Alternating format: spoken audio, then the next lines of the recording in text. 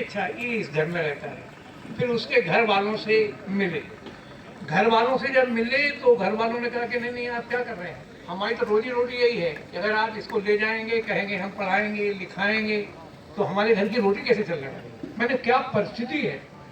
एक यहाँ कॉलोनी है, उसको हम लोग बाद में लोग कहते थे, पता नहीं कैसे उसका नाम पड़ गया, मद्रासी कॉलोनी। वहाँ के कुछ बच्चे देखे, उन सब बच्चों को ला करके, और जो डॉक्टर ब्रजेश जी ने चर्चा की, पहली बार भी कार्यक्रम में गए तो वहाँ पर एक बच्चे ने 10-12 साल की आयु थी उस बच्चे की, पहली बार उसने जूता कैसा होता है जूता पहना। तो उसका जब नाप लेने गए, उसने कहा क्या करेंगे आप हमारे नाप का, तो उसने कहा नहीं तुमको हम जूता देंगे। तो यहाँ से कार्य प्रारंभ हुआ, आज इस परिस्थिति में आया है। मेरा कहना इसके आगे का है। समीर जी ने 20 साल तक एक अलग टाइप की वर्किंग करके, समीर जी का जो भाव है वो भी है, कोई भी काम जब सफल होता है उसके पीछे आवश्यक है उसकी कंटिन्यूटी। और प्रारंभ से डॉक्टर अनिल गर्ग जी का आवास वो प्लाट था, उस पर हम लोग बहुत गए हैं। वो तो वहाँ जब समीर जी ने यहाँ रहना प्रारंभ किया तो मैंने कहा यहाँ जो 4-6 लोग रहते हैं वो अलग रहते हैं, समीर जी की कुटिया अलग है। तो मैंने उनको कहा कि भाई देखिए आप ऐसा तो करिए कम से कम कि अपने दरवाजे के बाहर जो तख्त पड़ा है उस पर एक किसी कर्मचारी को किसी को रहना शुरू तो करिए। बोले नहीं नहीं ये सब कुछ स्वीकार नहीं। एक दिन उन्होंने कहा कि जब मैं निकला तो दरवाज़ा खोला तो वहाँ पर क्यों जमीन है, हम लोग जैसे देख रहे हैं ऐसे थोड़े है, खेत हैं। पानी जब बरसता है तो सांपों के बिलों में पानी भर जाता है तो वहाँ से सांप निकल के कहीं तो जाएंगे।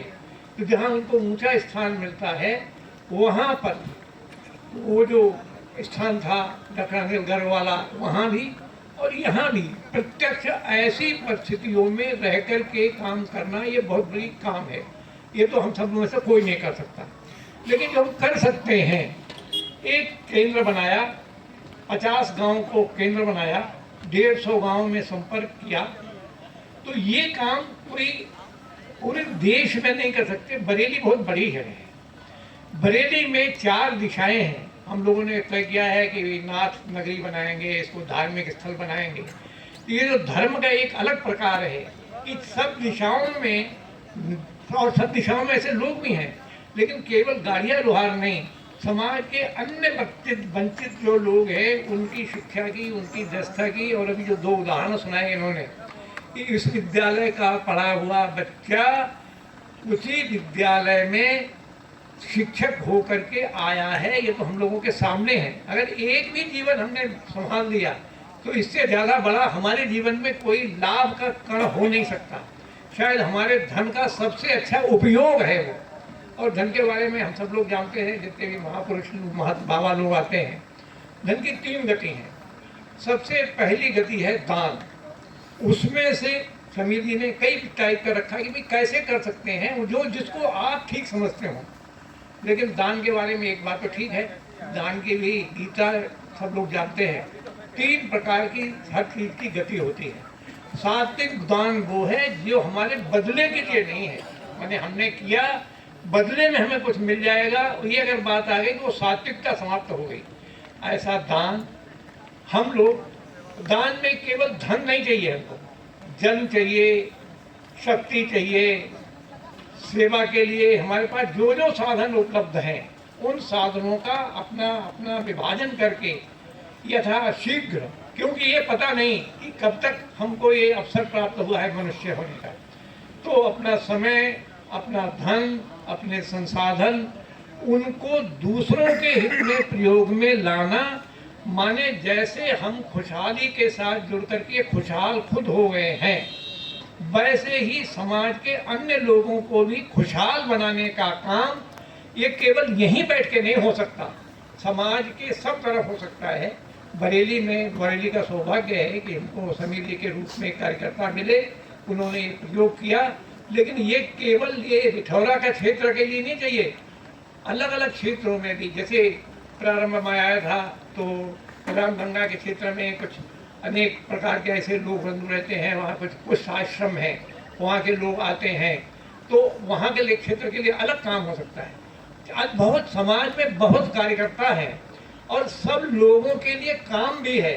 तो अपने कई बार मन में ये संकोच रहता है कि मैं इस काम को कैसे प्रारंभ करूं। समीर जी ने एक रास्ता दिखाया है, बहुत से लोगों से आपका परिचय हुआ है, एक अपने मन की बात को आगे स्पष्ट करिए। और वास्तव में हम सब लोग सपने देखते हैं, लेकिन सपने देखना, सपने वो नहीं होते जो रात में सोते समय देखे जाते हैं। सपने वो होते हैं जिनको पूरा करने की ऐसी उत्कंठा होती है कि हमको रात को नींद नहीं आती। रात में अगर जग जाते हैं तो समीर जी को लगता है कि अरे उस गांव में केंचुए नहीं पहुंचे, अरे उस गांव में बच्चों का क्या होगा, उस गांव के बच्चों का शिकायत कैसे होगी।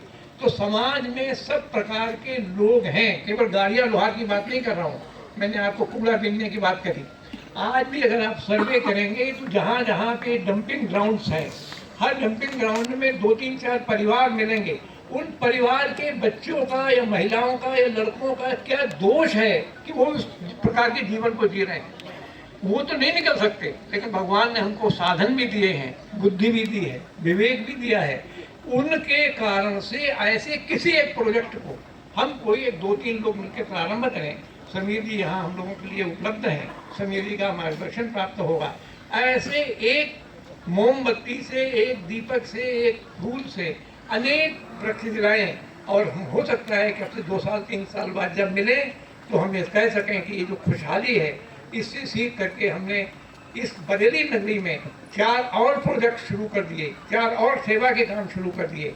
ऐसा अगर हम संकल्प लेके जाएंगे तो मैं समझता हूँ कि ये इस आज के कार्यक्रम की सफलता होगी।